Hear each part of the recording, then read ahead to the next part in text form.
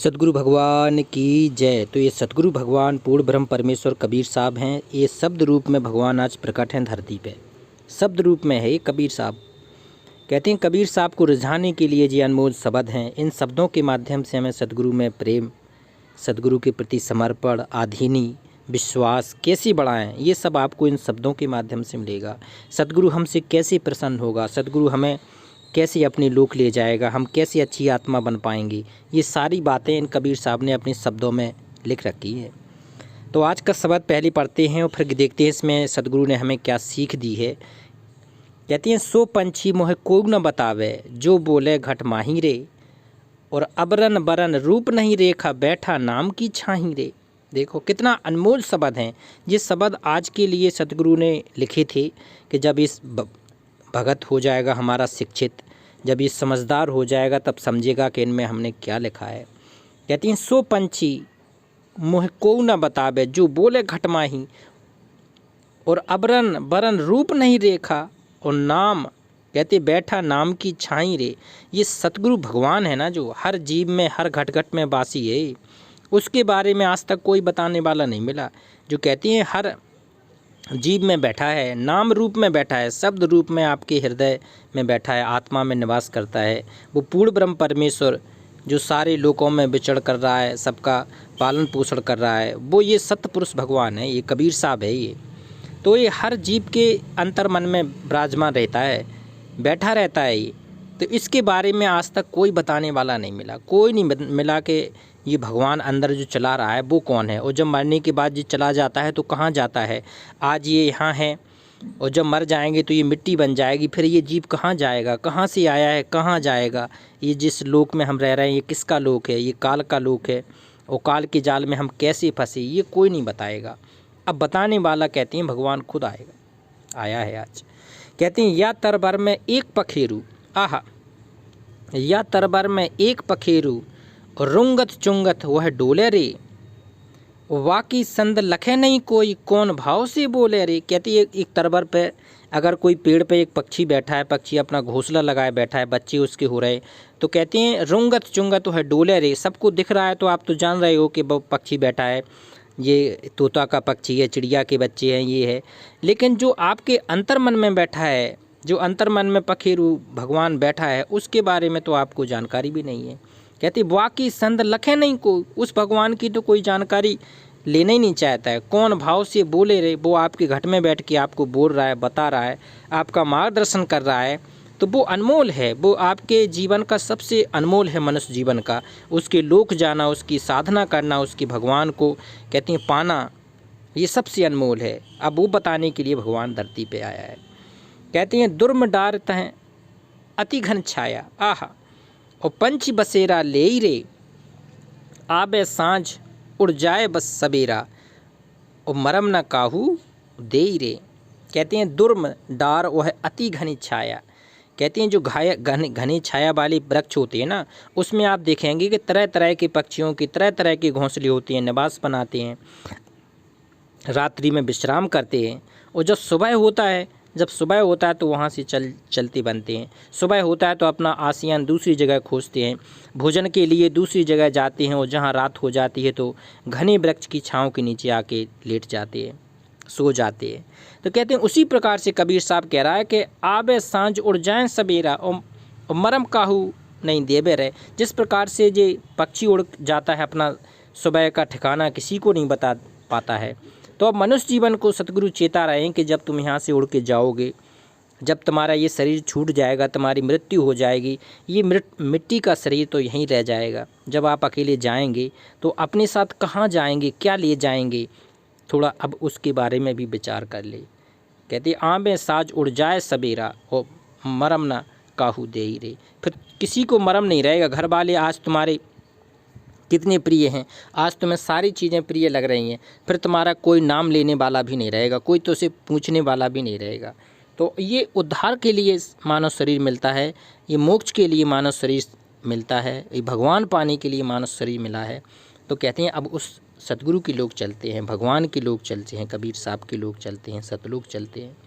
कहते हैं दुई फल चाख जाए रहो आगे, और नहीं 10 बीसा रे, और अगम अपार निरंतर बासा, आवत जात न दी सारे। देखो, दुई फल चाख जाए रहो आगे, जो आगे ही कहते हैं आपको फल देने के लिए, आपको आगे बढ़ाने के लिए भगवान क्रियाशील रहता है। ये हर जीव को आगे बढ़ाता है। भगवान चाहते हैं कि हमारा जीव आगे बढ़े, साधना में आगे बढ़े, इसको पूर्ण मोक्ष कराने का समय मिले, अवसर मिले, इस पूर्ण सतगुरु मिले, ये भगवान चाहता है कि अगम अपार निरंतर वासा, और ये अपने अगम निरंतर लोक में चला जाए, ये सतलोक में वास करने लगे। ये पृथ्वी कहते हैं ये काल का लोक है, पृथ्वी स्वर्ग पाताल लोक, ये 3 लोक विस्तारा, 3 लोकों में काल का प्रभाव ज़्यादा है।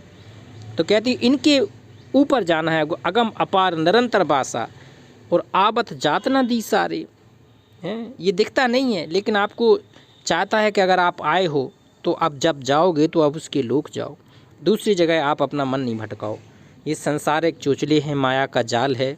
अगर माया में एक बार फंस गए तो फिर भगवान के काम के नहीं रहोगे।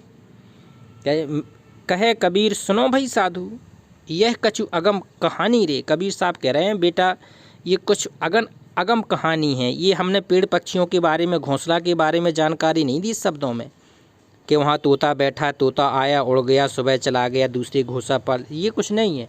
ये अगम कहानी है। इसको समझने वाला कोई ज्ञानी गुणी भगवान का भगत चाहिए, शिष्य चाहिए। कहे कबीर सुनो भाई साधु, आहा यह कछु अगम कहानी रही, ये आगे की कहानी है। या पक्षी को कौन ठोर है, पूंछो पंडित ज्ञानी रे। कहती हैं जो पक्षी है, जो हमारी आत्मा है, जो शरीर है, जब यह आत्मा यहाँ से निकल के जाएगी तो उसका कौन सा ठोर है, वो कहाँ बसेरा करेगी। तो कहते हैं या पक्षी को कौन ठोर है, पूछो पंडित ज्ञानी रे। इसके लिए कोई पूरा संत ढूंढ लो, पूरा सतगुरु ढूंढ लो। तो ये अनमोल शब्द हैं। ये भगवान शब्द रूप में पृथ्वी पर आता है, हमेशा रहता है, आज भी भगवान प्रकट है। पहचानने की ज़रूरत है, ये ज्ञान से तुलना करने की ज़रूरत है कि वास्तव में ये ज्ञान किस पे फिट बैठता है। एक और देखते हैं, ऐसा रंग कहाँ है भाई। कबीर साहब कह रहे हैं कि अगर तुमने रंगों की बात करना है, अगर तुझे भगवान की बात करना है तो ऐसा कहाँ है ऐसा भगवान, ऐसा रंग कहाँ है भाई। और 7 दीप 9 खंड के बाहर जहाँ रोज लगाई, वा देशवा के मरम न जाने जहाँ से चुनरी आई। आह, कहते ऐसा रंग कहाँ है भाई। तो ऐसा सतगुरु कौन मिलेगा, ऐसा भगवान हमें कहाँ मिलेगा। जो कहती हैं 7 दीप 9 खंड में, गुरु से बड़ा ना कोई, और करता करे न कर सके, और गुरु करे सो होए। तो हमें तो ऐसा गुरु ढूंढना है जो 7 दीप और 9 खंड में, कहते हैं 3 लोकों से बड़ा, ब्रह्मा विष्णु महेश गणेश सारे भगवानों से भी बड़ा कोई हो, जो इनके लोक ले जाए, इनके दर्शन करवा के हमें अपने निज धाम सतलोक ले जाए। तो कहते हैं 7 दीप 9 खंड के बाहर, ये 7 दीप 9 खंड तो यहीं के हैं, ये काल के लोक के हैं 7 दीप और 9 खंड। इसके बाहर निकलना है। अब कहती हैं 7 दीप 9 खंड में, गुरु से बड़ा ना कोई, और करता करे न कर सके, गुरु करे सो होए। वही बात यहाँ पे कह रहे हैं कि ऐसा सतगुरु चाहिए है जो 7 दीप 9 खंड के बाहर ले जाए, सतलोक की यात्रा कराए। कहती है जहाँ खोज लगाई, जहाँ खोज करके हमें देखना है कि वास्तव में भगवान कौन है। कहती हैं बा देशवा के मर्म न जाने, जहाँ से चुनरी आई। आहा, कहती है वो देश के बारे में आज तक कोई बताने वाला नहीं मिला कि हम कहाँ से आए थे, हमारा जीव किस भगवान ने बनाया था और किस भगवान के लोक जाना है, ये काल के जाल में हम फंसे कैसे। कहती है वो देशवा के बारे में केवल सतपुरुष बता सकता है, ये पूर्ण ब्रह्म परमेश्वर कबीर साहब बता सकता है। ये संत का रूप धारण करके भगवान आए थे कबीर साहब के रूप में, वो जानते थे ये पूरी विधि विधान। उनकी शरण में अब दोबारा हमें जाना पड़ेगा। कहते हैं बात देशवा के मर्म न जाने, जहाँ से चुनरी आई रे, जहाँ से ये पवित्र आत्मा आई है, जहाँ से हम लोग आए हैं, कहते हैं वहाँ के जाने के लिए अब हमें दोबारा प्रयास करना पड़ेगा, पूरा संत ढूंढना पड़ेगा, पूरा सतगुरु, सच्चा सतगुरु ढूंढना पड़ेगा। और सतगुरु की शरण में आके फिर हम चलो मोक्ष प्राप्त करेंगे, वो सतलोक चलेंगे। देखो ये भेद की वाणियाँ हैं कबीर साहब के, ये भेद के शब्द हैं, और भेद के शब्द में सारा भेद सतगुरु ने दे दिया है। कहते हैं या चूनर में दाग बहुत हैं, संत कहे गोहराई, और जो यह चूनर जुगत से ओढ़े, काल निकट नहीं आई। बता दिया। कहते हैं या चूनर में दाग बहुत हैं, जो आत्मा है, जो मनुष्य की आत्मा है, ये बहुत दगीली है। युगों युगों से काल के डोक में फंस के अपने आप को बिल्कुल कमज़ोर करके बैठी है। अपने आप को बिल्कुल काल ने इसको बिल्कुल दबा दिया है, चूस लिया है अंदर से। भक्ति, भगवान, ये सब कुछ इसके दिमाग से हट गया है। कहती या चूनर में दाग बहुत है, संत कहे गोहराई। जब कोई सच्चा संत इसके पास आता है तो वो समझाता है कि बेटा ये काल का जाल है और इसको बचने के लिए तुम्हें ये भक्ति साधना करना पड़ेगा। तुझे अजप्पा जाप जपना पड़ेगा, सतनाम का जाप जपना पड़ेगा, 2 अक्षर का भेद जानना पड़ेगा, मोक्ष का सार शब्द लिखना पड़ेगा। तो ये कौन बताएगा? ये पूरा संत बताएगा। ये कबीर साहब के शब्द हैं। ये कहे संत कहे गोहराई, और जो यह चूनर जुगत से ओढ़े। आह, जो चूनर, जो सतगुरु नाम की चुनरी उड़ाएंगे, जो शब्द की चुनरी उड़ाएंगे, चुनरी कहते हैं, जो चुनरी अगर शब्द की ओढ़ लेगा तो कहती हैं जो यह चूनर जुगत से ओढ़े, काल निकट नहीं आई। कहती हैं उसके निकट काल नहीं आ सकता है। उस कहते भगत को काल का कोई अटैक नहीं कर सकता है। काल बहुत दूर रहता है भगवान के भक्तों से। काल थर थर काँपता है कबीर साहब के, जो कबीर साहब को अपना इष्ट सतगुरु मानते हैं, भगवान मानते हैं, तो काल उसके निकट नहीं आ सकता है। तो काल निकट नहीं आई। और प्रेम नगर की गैल कठिन है, आहा, जहाँ कोई जान ना पाई। कहते प्रेम गली अति सांकरी, जा में दो ना समाए। जी प्रेम गली, सतगुरु के प्रति आपका प्रेम बढ़ना चाहिए। इतना प्रेम हो जाना चाहिए जैसे मछली का पानी से प्रेम हो जाता है। मछली पानी के बिल एक पल भी नहीं रह सकती है। हमारे जीवन में हम सतगुरु के बिना एक पल भी जिंदा नहीं रहे हैं। ऐसी आपको कहती हैं इतना प्रेम आपका नष्ट वो होना चाहिए। जैसे चकवा चकबी का प्रेम है, अलल पक्षी का प्रेम है, जी प्रेम के कुछ ऐसे उदाहरण हैं सतगुरु ने दिए हैं कि आपको इतना प्रेम अपनी सतगुरु से करना पड़ेगा, भगवान मानना पड़ेगा सतगुरु को। कहते प्रेम नगर की गैल कठिन है, ये कठिन है। ये सूली ऊपर सेज पिया की जैसा है कि अगर आपकी सूली के ऊपर आपका प्रियतम पति बैठा है तो वहाँ अब जब कोई पतिव्रता पत्नी होगी तो बच्चा सूली के ऊपर पति बैठा हो चाहे कहीं, वो तो जाएगी ही जाएगी। ऐसी हमारा पति पूर्ण ब्रह्म परमेश्वर, ये पति परमेश्वर है, तो वो सतलोक में है। वहाँ जाने के लिए ये कठिन मार्ग है। ये मार्ग कठिन है और सहज भी है। कबीर का मार्ग कठिन है, यहाँ कायर का नहीं काम।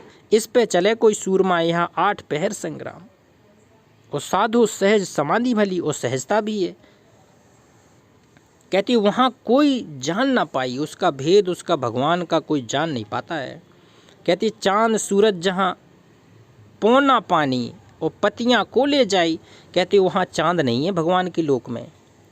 ये चांद सूरज जहाँ पवन ना पानी, ये चारों चीज़ें नहीं है सतलोक में। वहाँ शब्द रचना है, स्वप्रकाशित लोक है। वहाँ चमकने के लिए, रोशनी देने के लिए चांद सूरज की ज़रूरत नहीं है। वहाँ शाश्वत चीज़ें हैं, शाश्वत स्थान है, कोई वहाँ मरता नहीं है।